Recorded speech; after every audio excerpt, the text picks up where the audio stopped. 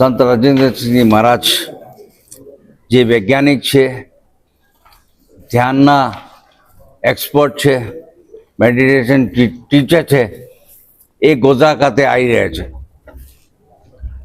આપ સર્વેને મારા જે સંદેશ આપે છે દુનિયામાં, પ્રેમ, શાંતિ અને માનવતાની સેવા.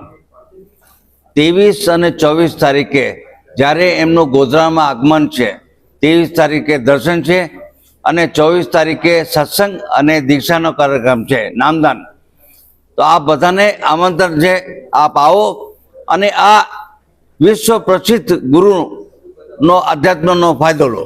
કાર્યક્રમમાં સંત રાજેન્દ્રસિંહજી મહારાજ, અમારા મેનેજમેન્ટના મેમ્બર અને ગોધરાના પ્રમુખ માણસો હશે અને અંદાજિત 50,000 માણસો હશે અને વિદેશોથી 50 માણસો આવી રહ્યા છે.